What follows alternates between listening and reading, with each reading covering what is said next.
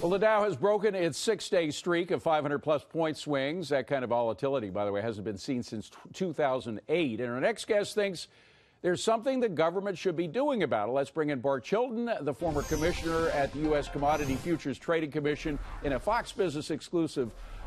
Great to see you again, Bart, first of all. A lot of people come up to me and say, you know, I bet that the government's going to try to do something to upset an expected pullback. I mean, the market was, for months now, they've said it'd be even a healthy thing if the market pulled back, as it has, about 10%. The worst thing that we could do, because deregulation is a boon to the economy right now, is to try to re-regulate the market, to which you say what? Well, I mean, I'm not suggesting, David, that we should, get rid of volatility in markets. I mean, volatility is part of markets.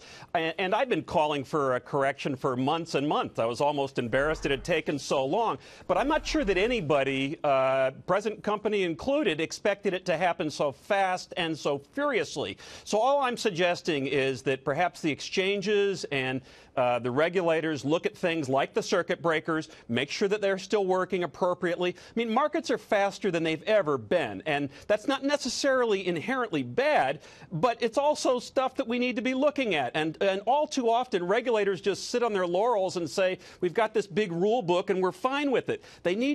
Regulations need to be living, breathing documents. You need to be nimble and quick and look around the corner, and that's all I'm suggesting, Well, David. And certainly if there were any laws broken. By the way, you mentioned with our own Neil Cavuto last week that there might have been, and I'm using your word here, shenanigans going on that the SEC. Can you elaborate on that?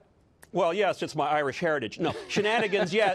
I mean, shenanigans. I know the word. I know.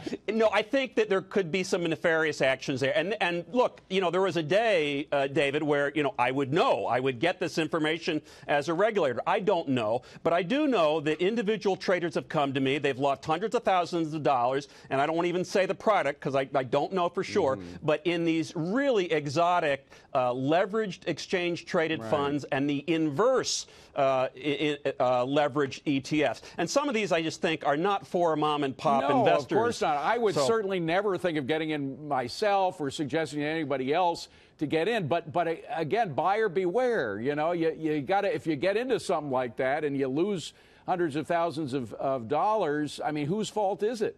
Well, two things. I'd say, well, maybe three even. One is that, there's got to be appropriate disclosure. And there's such a long list of disclosures now that it almost doesn't mean anything. So I think, again, in the living, breathing document world, you need to look at what are the appropriate disclosures.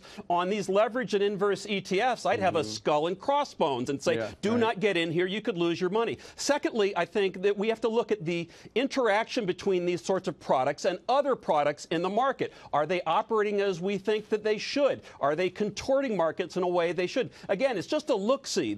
Regulators just don't do that, and I think they need to do a better job in that regard. Let me play for you a soundbite from Tom Farley. He's the president of New York Stock Exchange. He thinks things are okay as they are. Let's play the soundbite and get your reaction. What's happened over the last week, it's normal. Markets go up with low volatility and they come down with high volatility. And we have been nearly 2 years since we had a period like this. This is the normal functioning of a market, and everyone should relax and take a long-term perspective. Go ahead, Bart. Two things. One, I know Tom, I talked with him last week. We used to regulate when he was ICE Futures US, the president there. Great guy, does a super job. But if you go back to 2015, August 24, you'll remember, David, because we talked about it on your show, how the exchange-traded funds acted in a way with incredible volatility. All I'm saying is look at these things. Absolutely. I'm just saying look at these things. Never hurts to look, and I guarantee you regulators at the SEC are doing that. We at only least have taking a look. 15 seconds. Is there any way you can isolate these special financial instruments from the rest of the market? I think you can. You can classify them in different ways, and that's not only what I hope, it's what I expect that the SEC may be doing and proposing later this year, David. Okay, and you think they will actually get done, being able to classify them differently, and that would satisfy you? It would, and look, there's got to be a comment period. You got to make sure. I don't know the exact way, but I think that's the direction they should head, and I think they're going to. Bart Chilton, is always a pleasure to talk to you. You're a very open-minded guy. I appreciate it, and you're a free marketeer as well. So we'd like having you on. Thank you very much.